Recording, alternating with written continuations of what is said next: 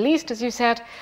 It has not, even in more recent times, under liberal interventionism, Mr. Blair's proclaimed foreign policy, it has not even been able to promote democracy and human rights in that region. If you look at the context where it had a negative influence rather than just being irrelevant, of course, it intervened in Suez, and we know what happened. It supported the wrong side, Saddam Hussein, in the war against Iran. And it gave us, if you cast your eye a little further afield to Afghanistan, it gave us the Taliban and more recently Osama bin Laden. These are the people that Britain's been on the side of.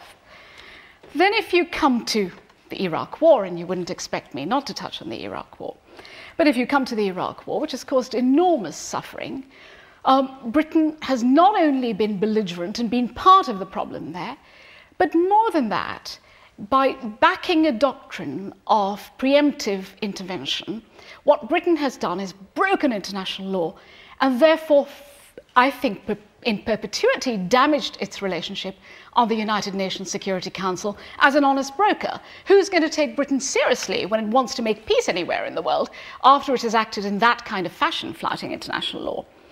Democracy and human rights, it purports to claim that. What does it do? It lays out its best silver for the serial human rights abusers that are Saudi Arabia, only a few weeks ago. So, you know, Britain lost an empire, but it might have found a role if it had understood the developments afoot in the Middle East after it left. It has not done so because it has been joined at the hip with the United States of America in its special relationship. As a consequence of that, it is at best irrelevant, at worst incompetent, but in any event, its decline is pretty irreversible. Baroness Falkner, thank you very much indeed. You say Britain hasn't been a player in the region. Committing its troops to serve and die in Iraq is not the action of a player out there? It's a player on the wrong side. Yes, but it's a player. Yeah, a player. Isn't it? A big player. Yeah. Using soft power and hard power. What's more hard power than committing British troops to Iraq? For those of us who take an interest in the Middle East and care about what happens to our boys and girls, the role that we would like Britain to have in the Middle East is not to squander our youth in a cause where they are caught between a rock and a hard place. You say it doesn't stand up for human rights. It continually stands up for human rights. It continually criticizes abuses on both sides in Israel and Palestine.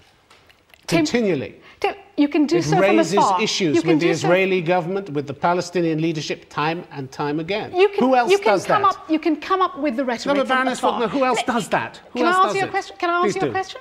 You can criticise from afar. Rhetoric, talk is cheap. I asked a question in the House of Lords. Who else is doing it? I asked a question in the House of Lords 3 weeks ago, before the Saudi visit, actually giving instances of human rights abuses. I was reassured by the minister that these would be mentioned in that Saudi royal visit. The last day of the royal visit, you had the Saudi foreign minister who was asked on Sky News by Tim Marshall, did anyone in the British government mention human rights abuses to you? No, Prince Saud says, not at all. That didn't come up. We don't discuss those kind of things with the Brits. So, you know, please. And what about aid? What about aid? £500 million has been offered for Palestinian development, conditional on progress towards peace. 500 million. £100 million over the next 5 years to UN agencies in the occupied territories.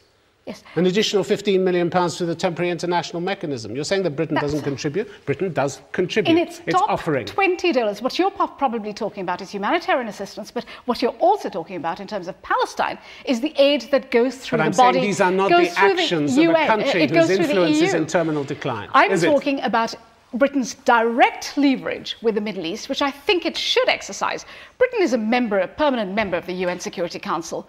It should be putting its money where its mouth is. It's spending £1 billion a year on the Iraq war. And that's not enough. No. All right, no. Baroness Falkner, thank you very much indeed.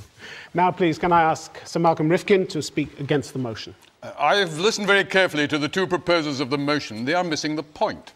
First of all, this is not a debate about whether one supports or opposes British foreign policy. I am an opposition politician. I don't support much of current British foreign policy, certainly not the war in Iraq.